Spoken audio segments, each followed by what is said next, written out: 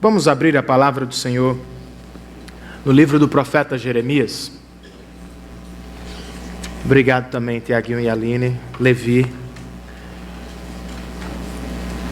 Livro do profeta Jeremias, capítulo de número 29.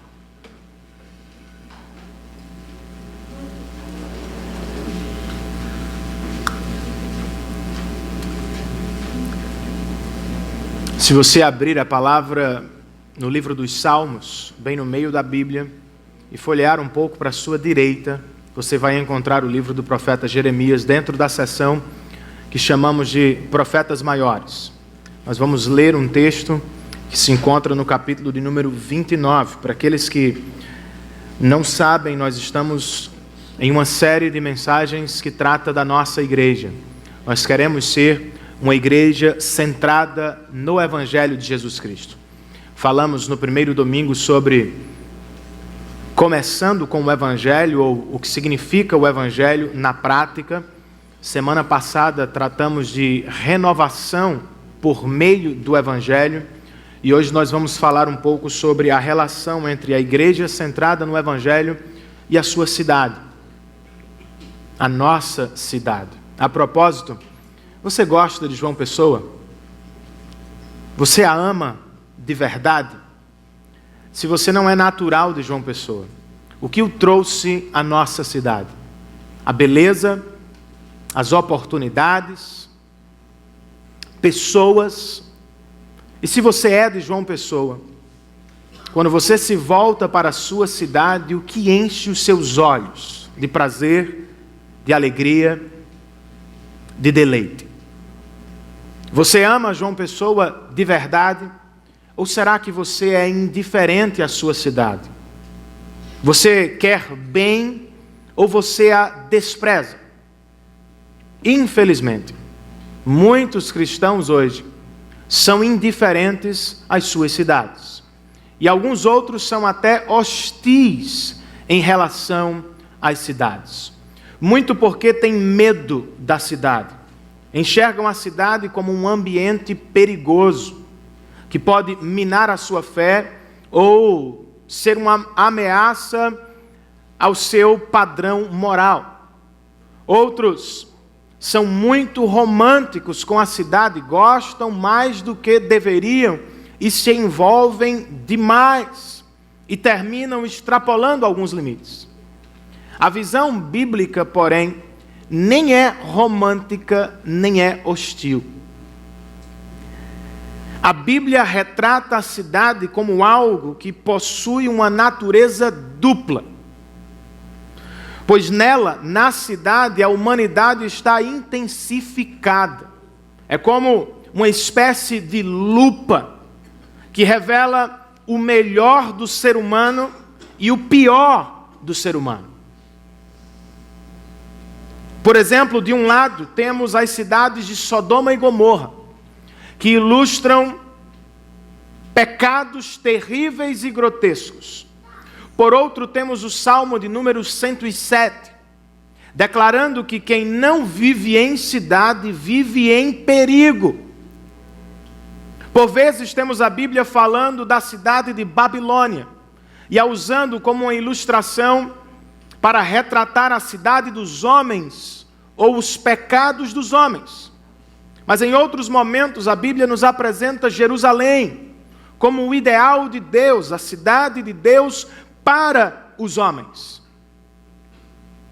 O Dr. Timothy Keller, no livro que estamos sugerindo para a nossa série, fala desta tensão ou desta dupla realidade da cidade com as seguintes palavras: a cidade terrena é uma metáfora da vida humana sem Deus, criada para a autossalvação, para o autosserviço e para a autoglorificação. Ela retrata um cenário de exploração e injustiça. Mas a cidade de Deus é uma sociedade baseada em sua glória e no serviço sacrificial a Deus e ao próximo. E essa cidade deve promover um cenário de paz. e de justiça. Ou como escreveu Santo Agostinho em seu livro Cidade de Deus: a cidade humilde é a sociedade de homens santos e anjos bons. A cidade orgulhosa é a sociedade de homens iníquos e anjos perversos. A primeira começou com o amor de Deus, a segunda com o amor próprio, egoísta dos homens. É nesta realidade dupla que nos encontramos hoje. Vivemos esta tensão, irmãos. Ora, percebemos em João Pessoa Jerusalém e os princípios do reino de Deus operando nos corações. Ora, nos enxergamos em Babilônia, e isto muito mais, cidade dos homens maus, que se interessam apenas por seus próprios interesses e que ferem uns aos outros. A grande pergunta é: como pessoas que são parte da cidade de Deus, povo de Deus, vivem nas cidades dos homens? Como nos relacionamos com a cidade de João Pessoa, ou como, coletivamente, a nossa igreja, IPBE, se relaciona com a sua cidade? A Bíblia nos convoca a amar a nossa cidade. Não desprezar a nossa cidade, mas abraçá-la. Não lutar contra ela, destruí-la ou abandoná-la, mas perseguir a sua paz e a sua prosperidade. Como fazer isto? Vamos começar com o texto de Jeremias. A nossa série é temática, vamos passear por outros textos da palavra de Deus, mas o texto de Jeremias vai nos servir como base, ponto de início da nossa discussão nesta noite. Jeremias, capítulo de número 29, irmãos. Nós vamos ler os versos 5, 6 e 7. Palavra do Senhor, através do profeta Jeremias, aos judeus que se encontram exilados na Babilônia. Verso 5. O profeta diz: construam casas e habitem nelas, plantem jardins e comam de seus frutos. Casem-se e tenham filhos e filhas. Escolham mulheres para casar-se com seus filhos e deem as suas filhas em casamento, para que também tenham filhos e filhas. Multipliquem-se e não diminuam. Busquem a prosperidade da cidade para a qual eu os deportei, e orem ao Senhor em favor dela. Por quê? Porque a prosperidade de vocês depende da prosperidade dela. Vamos orar, queridos? Pai, muito obrigado por esta noite e por todos os meus irmãos que aqui estão. Eu te dou graças, Senhor, porque percebo que a nossa igreja, ou a tua igreja, está repleta de pessoas hoje à noite também. E assim também o foi no culto da manhã. Muito obrigado por este privilégio, que é ter irmãos em Cristo, amigos do Evangelho, para repartir com eles a tua palavra. Senhor, nos assiste. Por graça e misericórdia nos assiste. A Renan que vai pregar e aos meus irmãos que vão ouvir a tua palavra. Dá que o teu Espírito Santo fale poderosamente aos nossos corações. E que nós não resistamos à tua voz, que nos dobremos perante o Senhor e respondamos com prontidão aos teus desafios e mandamentos, a fim de que alegremos o teu coração e encontremos nesta atividade a grande alegria do nosso coração. É em nome de Jesus e para a glória de Jesus que nós oramos. Amém e amém.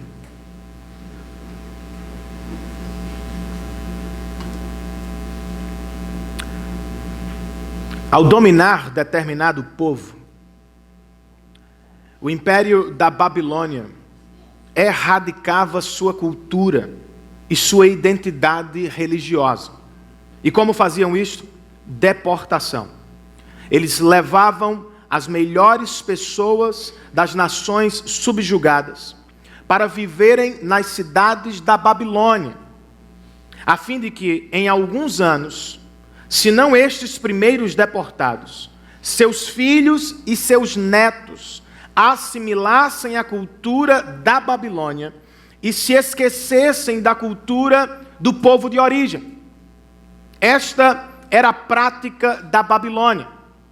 Foi por isso que surgiu, nesta época de exílio, um falso profeta chamado Ananias, que dizia ao povo exilado de Israel: vocês vão voltar em 2 anos. Deus vai levá-los de volta a Israel e vocês vão ser livres ou salvos desta maldade dos babilônios.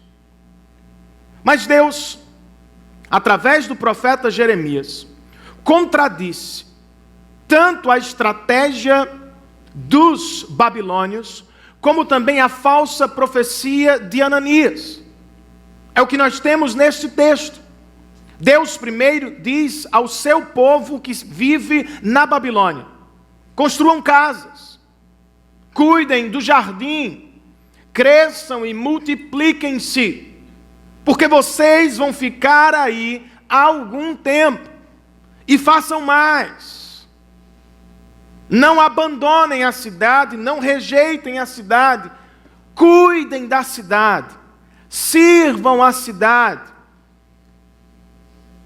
porque a prosperidade de vocês, em alguma medida, depende da prosperidade da cidade. Em outras palavras, se empenhem na cidade e pela cidade. Em outras palavras, os habitantes da cidade de Deus são convocados a serem os melhores residentes da cidade dos homens. Não devem desprezar a Babilônia, mas abraçá-la. Não devem abandoná-la, mas fincar os seus pés na cidade da Babilônia para o bem de todos. E este também, irmãos, é o chamado de Deus para cada um de nós. Não devemos desprezar a nossa cidade, antes devemos amá-la. Não podemos abandoná-la em busca de refúgio ou tranquilidade. Devemos lutar por sua paz e justiça. Coletivamente, uma igreja centrada no Evangelho ama a sua cidade. Por isso nós, membros da Igreja Presbiteriana do Bairro dos Estados, devemos buscar este amor. Devemos amar a cidade de João Pessoa para a glória de Deus. A pergunta é como? Como vamos fazê-lo? Eu trouxe 3 respostas e as listei no nosso boletim informativo. Você pode acompanhar e também tomar nota de alguma informação que lhe seja interessante.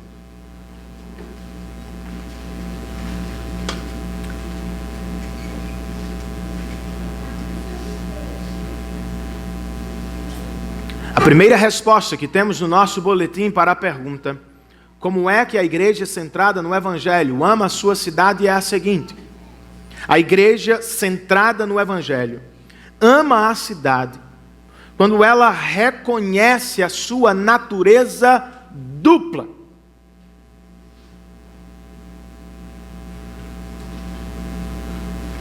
De acordo com o texto do profeta Jeremias, Deus espera que os israelitas exilados sirvam a cidade da Babilônia. Eles estão no exílio. E enquanto exilados, eles devem servir o povo que os subjugou. Em certo sentido, irmãos, o povo de Deus chamado igreja ainda se encontra no exílio. Nós ainda não chegamos na nossa casa. Israel, durante o exílio da Babilônia, deixou de ser um Estado-nação e passou a ser uma comunidade contracultural que habitava outro Estado-nação. É mais ou menos assim que o Novo Testamento retrata, descreve e apresenta a igreja. Por exemplo, quando Tiago escreve sua carta, ele abre-a assim: eu escrevo as 12 tribos dispersas entre as nações. E o apóstolo Pedro escreve aos peregrinos dispersos e aos estrangeiros. Ao longo de sua primeira carta, o apóstolo Pedro usa a palavra grega parepidemoi várias vezes para se referir aos exilados. E esta palavra grega pode ser traduzida por estrangeiros residentes. Qual é a ideia por trás da expressão estrangeiros residentes? Os estrangeiros residentes têm uma terra natal, mas habitam em outro país. Sua lealdade primeira é ao país de origem, mas eles também se envolvem com o país onde vivem para beneficiar todas as pessoas. Eles não são nativos, mas também não estão apenas de passagem. Eles não vão se comprometer totalmente com tudo na cidade, mas eles vão se envolver com esta cidade para o benefício de todas as pessoas que ali habitam. Não são totalmente da cidade dos homens, mas também não estão apenas atravessando a cidade. E isto está de acordo com o ensino de Jesus, irmãos.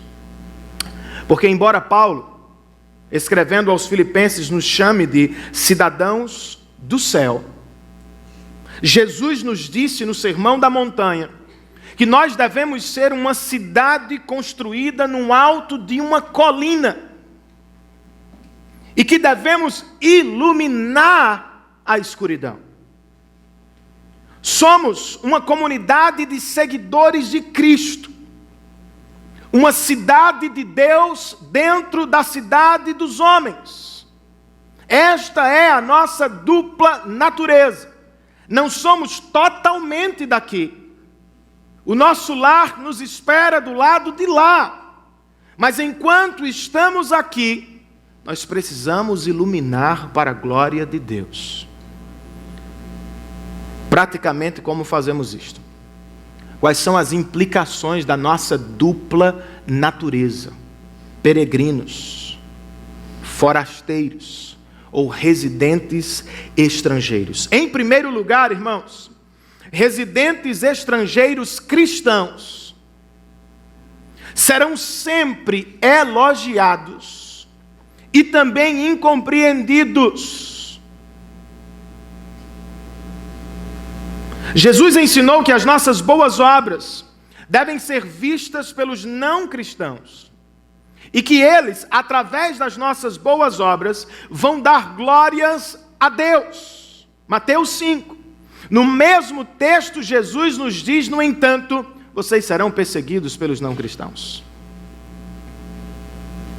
O apóstolo Pedro, em sua primeira carta, capítulo 2, nos diz a mesma coisa. Enquanto vocês vivem entre os incrédulos, vivam de tal maneira que eles vejam as suas boas obras e glorifiquem a Deus. Mas não se esqueçam, vocês serão perseguidos. Ora elogiados, ora perseguidos pelos não cristãos. Ora eles vão aplaudir as nossas boas obras e vão dizer, vocês estão fazendo a coisa certa. Ora eles vão nos odiar, principalmente pelo nível de compromisso que temos com um outro Deus que não é o Deus deles. Como nos relacionamos então com esta implicação? Quando Deus permitir aplausos a você, aplausos que vêm de homens e mulheres não cristãos, Não tome a glória para si. Aproveite a oportunidade para dizer: só sou quem sou, só faço o que faço porque Cristo mudou a minha vida. Mas e se você for perseguido?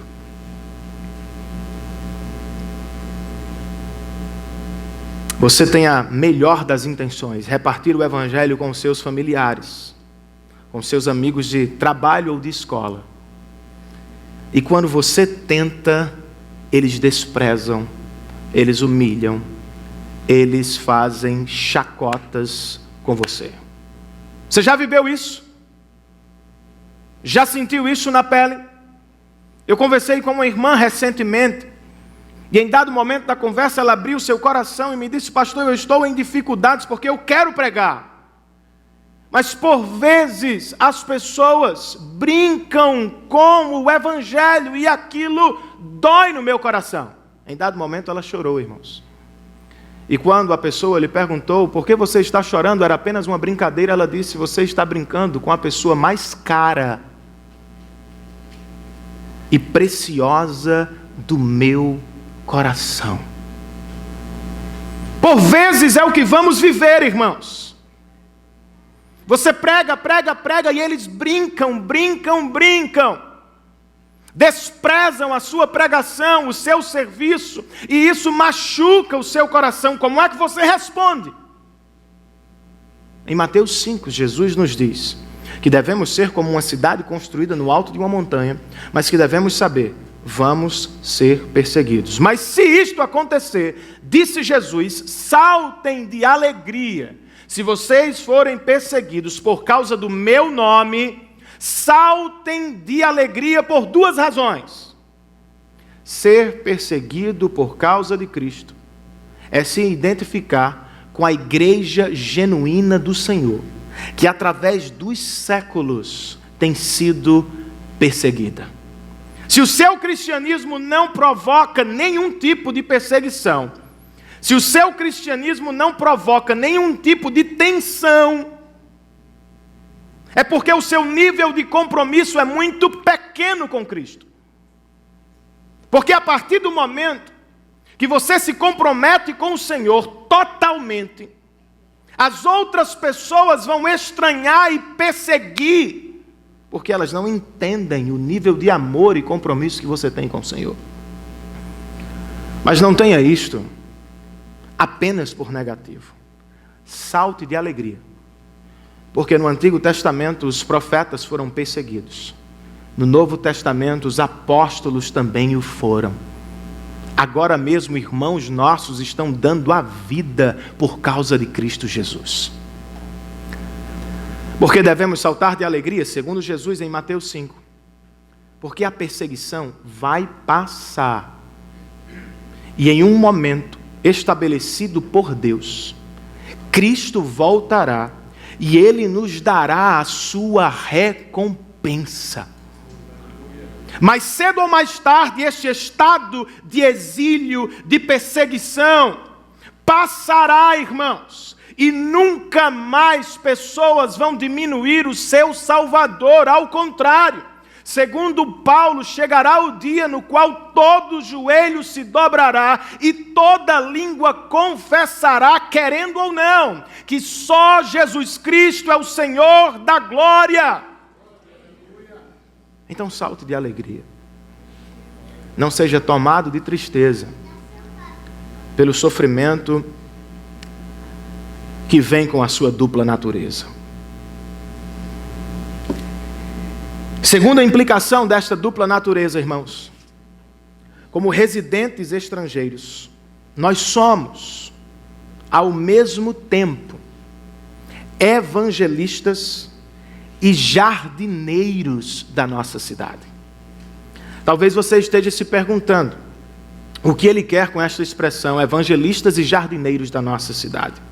Voltando ao texto de Jeremias, os israelitas receberam ordens do Senhor: multipliquem-se, casem-se, tenham filhos, que os filhos de vocês se casem e tenham eles filhos. Crescimento numérico. nós também temos a mesma ordem: crescer, não apenas por procriação, mas principalmente por proclamação. Não vamos crescer aqui apenas porque temos mais filhos, biológicos ou adotivos, mas porque pregamos o Evangelho. E o Espírito nos dá a oportunidade de ver novos convertidos a cada ano para a glória de Deus. Então temos este chamado, proclamar o Evangelho à nossa cidade. Mas o Senhor também disse aos nossos irmãos exilados: cuidem da cidade, se ocupem com o jardim da cidade, com as casas da cidade. O Dr. Timothy Keller escreve: a jardinagem é a primeira profissão do ser humano e, portanto, é o paradigma do desenvolvimento cultural. Ou seja, o jardineiro não deixa a terra exatamente como a encontra, mas ele também não a destrói. Ele a reorganiza, a fim de que ela dê frutos e flores. E em certo sentido, cada profissão que recebemos do Senhor é um braço estendido desta primeira que recebemos no jardim. Cada dom e talento que você tem o propósito primeiro e máximo de dar glória a Deus, enquanto cuidamos das pessoas e da terra que o Senhor nos deu. É a isso que me refiro quando penso em jardineiros da cidade. Seja um advogado para a glória de Deus, um professor para a glória de Deus, um construtor para a glória de Deus. Não faça apenas por dinheiro ou por interesse próprio, pessoal. Use a profissão que Deus permitiu a você para benefício dos outros, a fim de que os outros vejam as boas obras da igreja e deem glórias a Deus. Amém, queridos?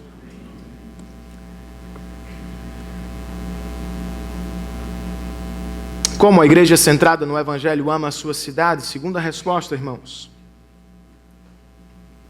A igreja centrada no Evangelho ama a cidade quando aceita os desafios da vida urbana.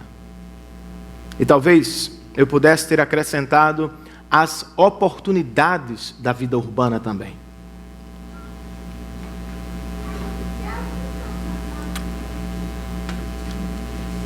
Antes de tratar dos desafios e das oportunidades que temos nas cidades,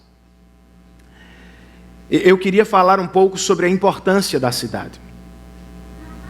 Timothy Keller disse que as cidades nunca foram tão importantes como são agora. E nós poderíamos explicar a importância das cidades através de duas palavras: crescimento e influência. Em 1950, irmãos, Nova York e Londres eram as únicas cidades do mundo com população urbana acima de 10 milhões de pessoas. 1950. Atualmente, há mais de 20 cidades com este perfil numérico. 12 das quais alcançaram este número nos últimos 20 anos. E por que cresceram tanto? E a resposta é êxodo rural.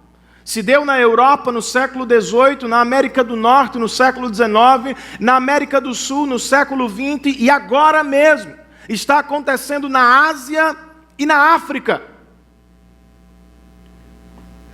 Atualmente, cidades do Ocidente, como Nova York, por exemplo, crescem em torno de 100 mil pessoas por ano. Mas cidades como Lagos crescem em torno de 500 mil de pessoas por ano. E estima-se que nas próximas 3 décadas, mais de 500 milhões de pessoas se mudarão apenas para as cidades da África e da Ásia. O que significa dizer que a cada 2 meses nascerá uma nova Rio de Janeiro ao redor do mundo. 10 milhões de pessoas. Mas a importância da cidade não se dá apenas por seu crescimento numérico, mas também por sua influência. E essa influência vem de uma palavra que chamamos de globalização. As cidades estão conectadas. As informações chegam a quase todos os lugares do mundo com alta velocidade. O que significa dizer que a cultura ocidental está em todas as partes do planeta. Em certo sentido, alguns jovens do interior da Paraíba são muito parecidos com os jovens das grandes capitais do Brasil e do mundo. A influência das grandes cidades em todas as culturas e lugares do planeta. Eu fui a Guiné-Bissau, irmãos. Eu acho que a 5ª nação mais pobre do mundo. Todo mundo conhece Neymar. Todo mundo conhece Cristiano Ronaldo. Todo mundo sabe quem é Messi. Porque eu sei que é muito limitado, mas ao menos na capital, eles têm acesso. E este crescimento, a influência, ou os dois, nos geram desafios. Qual é o primeiro desafio, irmãos? A velocidade. As cidades crescem muito mais rápido do que a igreja. As pessoas se mudam para as cidades a passos largos, e a igreja está demorando a entender, a se reinventar do ponto de vista da comunicação e da forma para comunicar o Evangelho.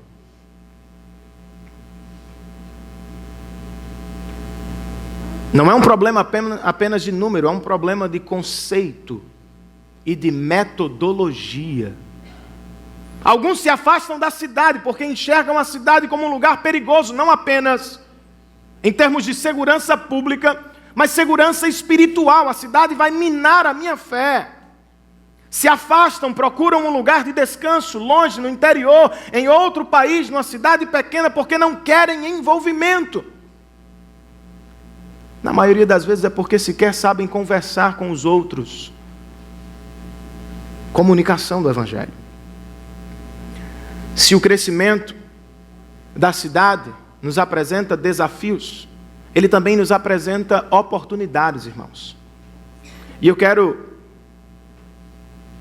apontar 4, usando grupos de pessoas muito importantes que podem ser alvo do nosso ministério hoje, que estão ao nosso redor e por vezes nós não percebemos ou não nos importamos com eles. O primeiro grupo, que se torna então uma oportunidade para a igreja urbana, é feito pelos jovens que buscam as cidades. As pessoas que mais querem viver nas cidades são os jovens. Eles são atraídos pelo desenvolvimento, pelas oportunidades, pelas faculdades, pela convergência de pessoas, ideias e culturas diferentes, pelo progresso da cidade. Eles estão buscando as cidades. Se a igreja não tomar conta disso, se a igreja não se preocupar com a nova geração, em 30 anos nós teremos perdido toda uma geração para Cristo. Sendo assim, irmãos, nós precisamos nos preocupar com a nova geração. Por isso eu digo aos jovens, se preocupem com os jovens e ocupem cada lugar possível desta cidade, fazendo deles um campo missionário para a glória de Deus. Aos mais velhos, eu digo, sejam mais cristãos e piedosos.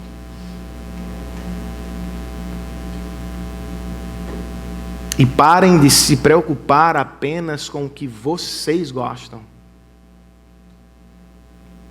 E se preocupem muito mais com a outra geração que ainda não foi alcançada por Cristo. Por que digo isso, irmãos? Porque naturalmente nós nos acomodamos com a igreja que sempre tivemos e fazemos oposição a qualquer tipo de mudança que não seja agradável aos nossos olhos. Queremos a igreja que sempre tivemos, queremos o formato que sempre tivemos, queremos a parede da cor que sempre tivemos e insistimos que a igreja deve ser assim. Os mais experientes, teoricamente, de idade, devem ser os mais cristãos entre nós. E se eles são os mais cristãos entre nós, eles vão se preocupar menos com o que gostam e vão se preocupar mais com a pregação do Evangelho à nova geração. Só um amém, irmãos? Amém. O apóstolo Paulo, escrevendo aos Filipenses, no capítulo de número 2, ele diz assim: nada façam por ambição egoísta ou por vaidade, mas humildemente considerem os outros superiores a si mesmos. E cada um cuide, não somente dos seus interesses, mas também dos interesses dos outros. Sabe o que é isso, irmãos? Coloque-se em segundo lugar e tenha os outros por primeiros lugares. E para fortalecer, Paulo usa o exemplo máximo de Cristo. Ele canta sobre Cristo dizendo que o Senhor, o Rei da Glória, se fez homem. E não apenas homem, mas servo, que morreu na cruz do Calvário no nosso lugar, colocando o seu interesse imediato em segundo lugar, que era o de gozar a harmonia perfeita com o Pai e o Espírito, e colocando o nosso interesse em primeiro lugar, nos salvar da ira eterna de Deus e nos fazer, pela graça, filhos amados do Pai. O que Paulo espera dos filipenses é que eles vivam à luz do Evangelho, ou com base no Evangelho. O que esperamos dos cristãos experientes, que eles vivam da mesma forma. Nós precisamos, irmãos, deixar de lado preocupações minúsculas para ter na mente e no coração preocupações gigantescas.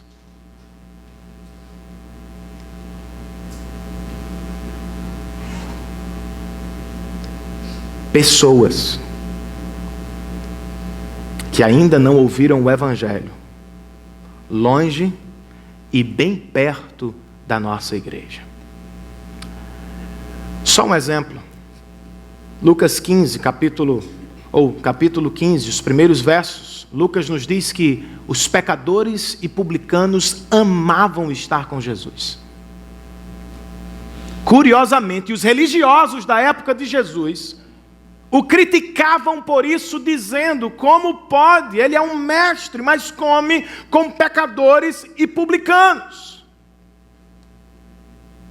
As pessoas que não iam à igreja formal de Jerusalém ou de Israel amavam a presença do Senhor. E os religiosos que iam à igreja criticavam o Senhor pela aproximação. Qual é a conclusão a que chego, irmãos?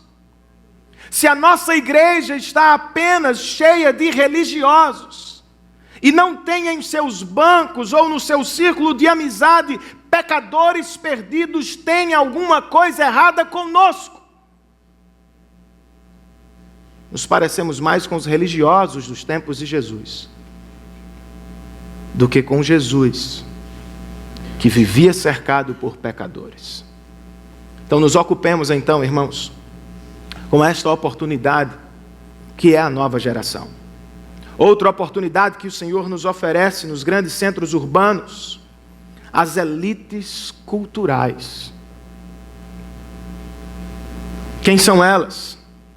as pessoas que pensam, formam ou influenciam a nossa cultura, o modo de vida que temos no nosso país.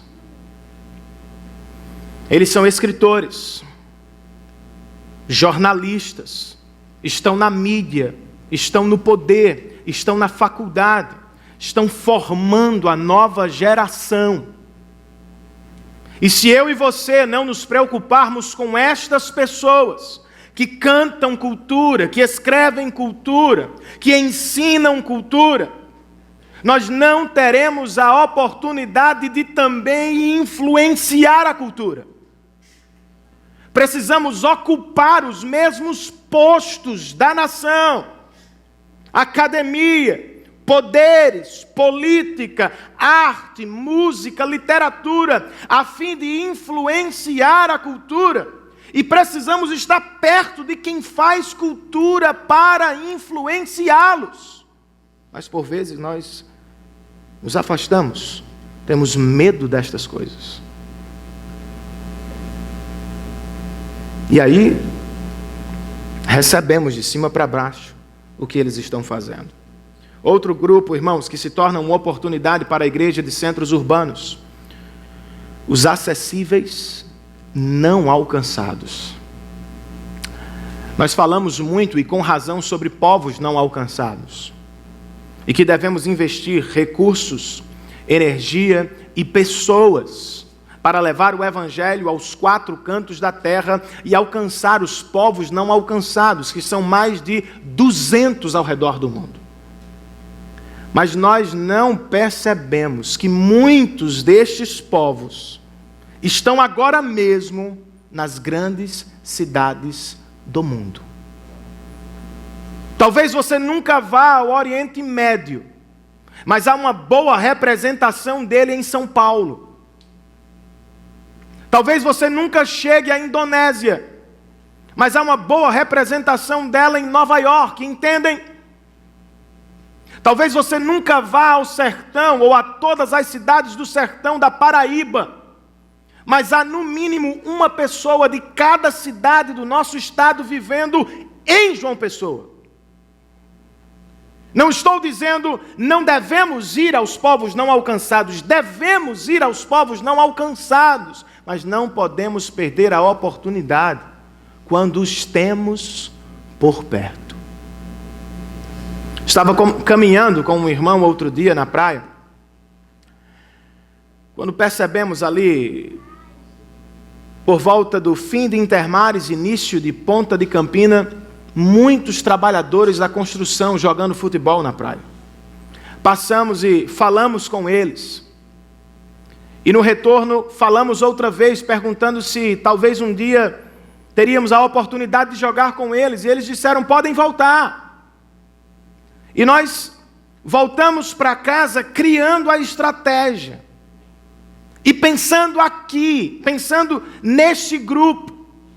São pessoas que não são da nossa cidade, são do interior do estado. E que não voltam para casa todo fim de semana, ficam nas construções. E eu não sei se vou à cidade deles, mas Deus os trouxe até a minha cidade. E eu não vou fazer nada por eles.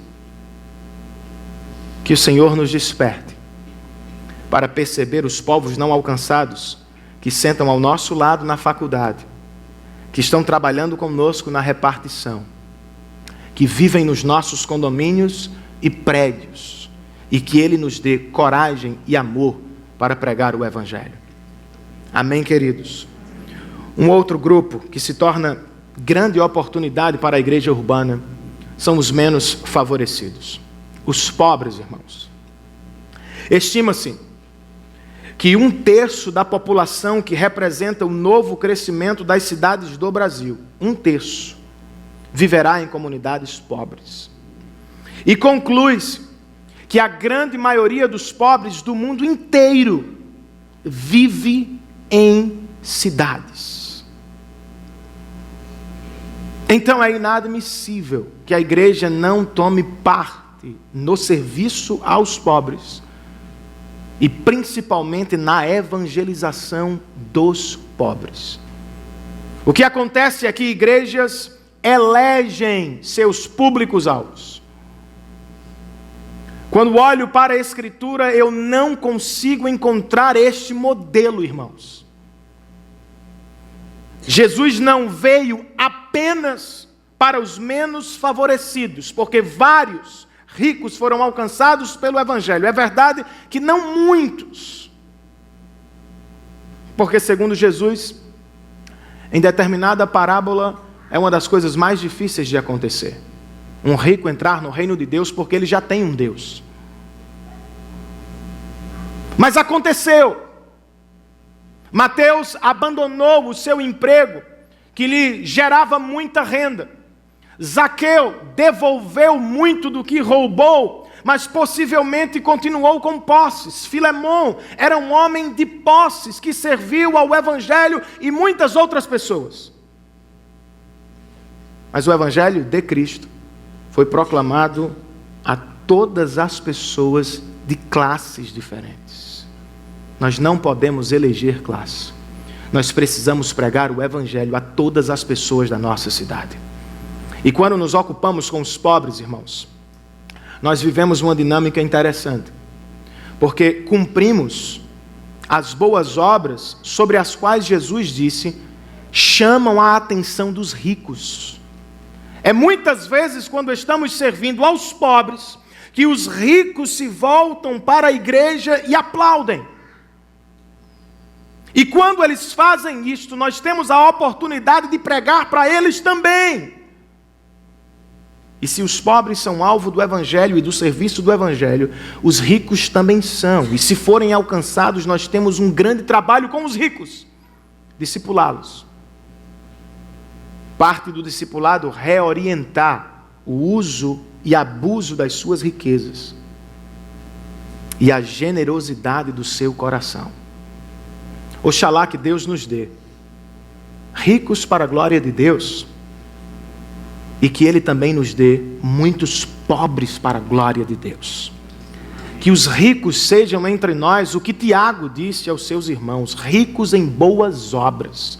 E que os pobres entre nós sejam os mais ricos do universo em Cristo Jesus. Oportunidades que o Senhor nos concede enquanto estamos na igreja. Como a igreja centrada no Evangelho ama a sua cidade, irmãos, por fim, nossa última resposta. A igreja centrada no Evangelho ama a cidade quando se compromete com a pregação do Evangelho. Está cedo, né, Ramon? Ramon levantou ali e disse, rapaz, mais 1 hora, pastor.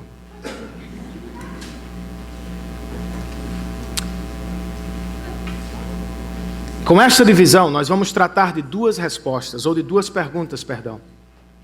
Como a cidade causa impacto sobre o cristão e como a igreja ou os cristãos causam impacto na cidade. Antes, porém, eu vou oferecer uma definição do que significa cidade. Um professor de Harvard, chamado Edward Greasy, definiu cidade assim: cidade é a ausência de espaço físico entre as pessoas. E Timothy Keller diz que a cidade é uma modalidade de organização social em que as pessoas vivem fisicamente muito próximas umas das outras. E o que acontece quando vivemos muito perto uns dos outros? Salmo de número 122 chama este fenômeno de Jerusalém, cidade compacta. Os sociólogos da modernidade chamam este fenômeno de aglomeração. E toda vez que este fenômeno se repete, nós vivemos desafios e oportunidades. A cidade que cresce nos causa impacto. Como? Em primeiro lugar, a cidade une você de modo singular há muitas pessoas iguais a você. Você era a melhor pessoa da cidade pequena do interior.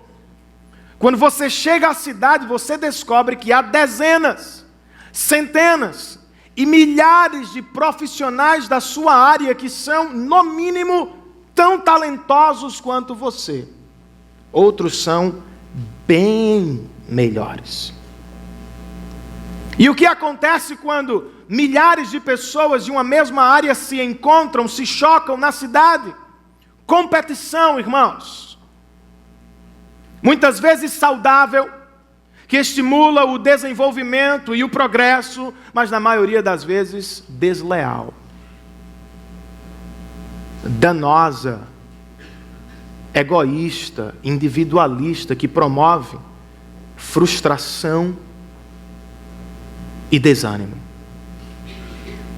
Como a cidade nos impacta? Segunda resposta, a cidade une você de modo singular a pessoas diferentes de você. Você encontra na cidade pessoas muito diferentes. E você se torna então alvo de muito desafio. Você será questionado, confrontado, a dar boas respostas sobre a sua crença e prática, ou a abandonar a sua crença e prática para assumir outra crença e outra prática. E aí você, ou se cansa de lutar contra o diferente e é engolido por ele, ou se cansa de lutar contra o diferente e o abandona, o tendo por inferior, menos importante.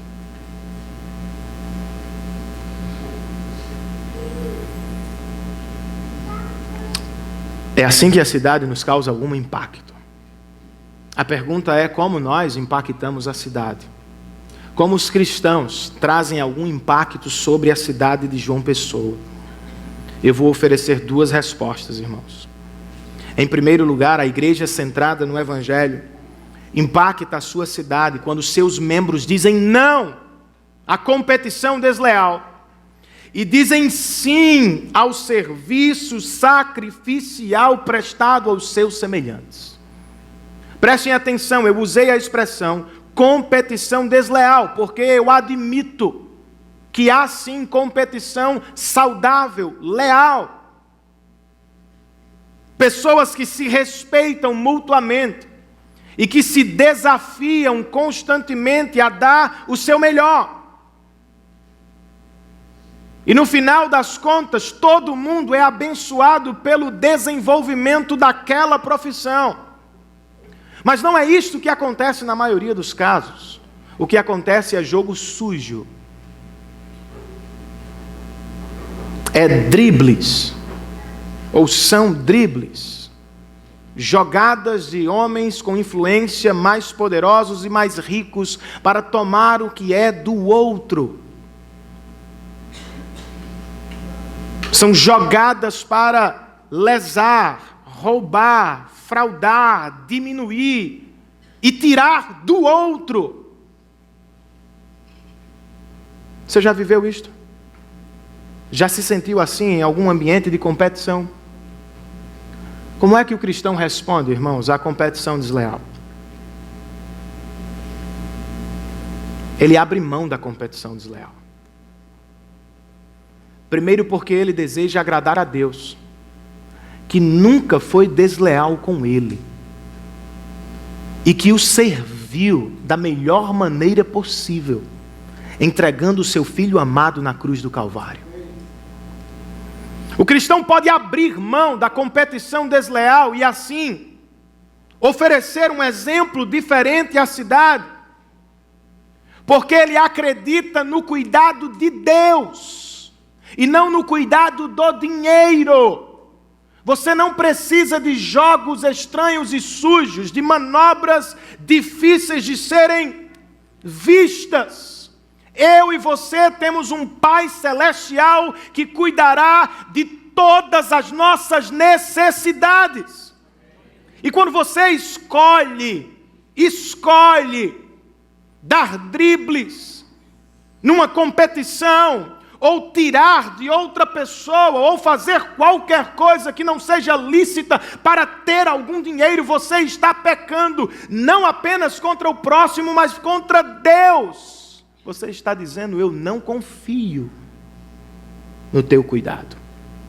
Ao mesmo tempo, você está revelando outro Deus. O dinheiro é tão Deus para você, que você faz qualquer coisa para tê-lo em mãos.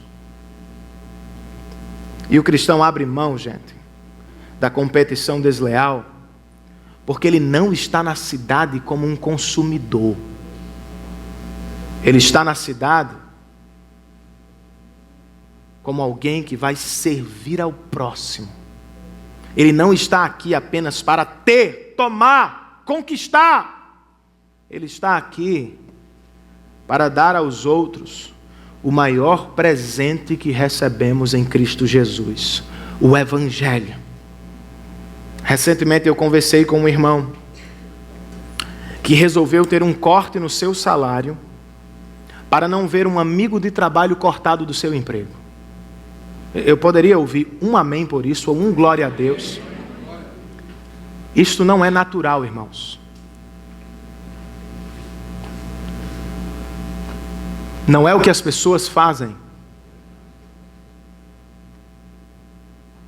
Mas você pode imaginar o impacto desta decisão? Talvez você me diga: não, mas muitas pessoas não vão saber, mas algumas sabem. O nosso Pai, que vê em secreto, o que fazemos em secreto, viu. E ao menos uma pessoa na terra viu, o superior deste irmão, que quando notou a decisão ficou perplexo, porque isto não é comum. Mas este irmão entendeu: não estou aqui apenas para consumir ou para servir o dinheiro. Eu sou um discípulo de Cristo, que vivo a serviço de Deus e do meu próximo. Então abra mão da competição desleal e sirva o seu próximo para a glória de Deus. Em segundo lugar, irmãos, a igreja centrada no Evangelho impacta a sua cidade quando seus membros resolvem se aproximar dos diferentes e não se afastar deles. Por vezes nós queremos deixar a cidade porque ela está cheia de outras pessoas, ou de pessoas diferentes. E veja então como nós nos esquecemos do Evangelho.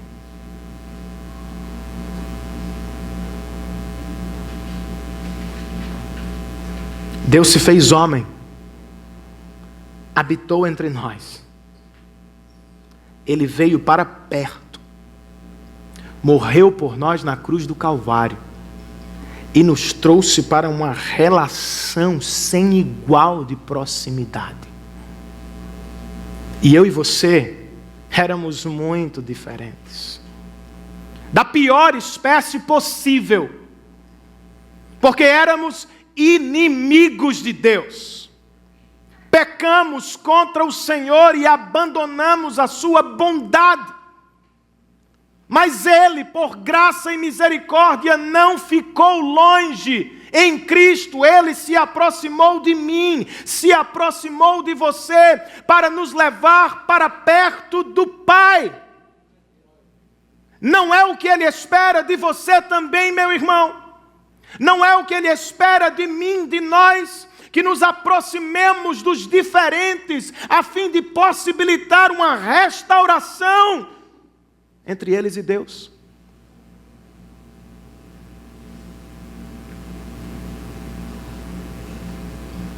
De quem você é próximo? Lembram-se da parábola? Jesus é o grande próximo, o grande bom samaritano, que veio para perto, para cuidar de cada um de nós. Mas de quem nós somos próximos? De quem você será próximo ao longo desta semana?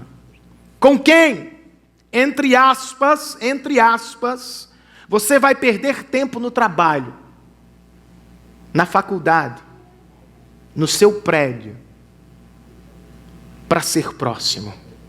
Com quem você vai gastar horas do seu dia, dizendo não às suas riquezas, atividades egoístas muitas vezes? Com quem você vai parar para cuidar do seu coração?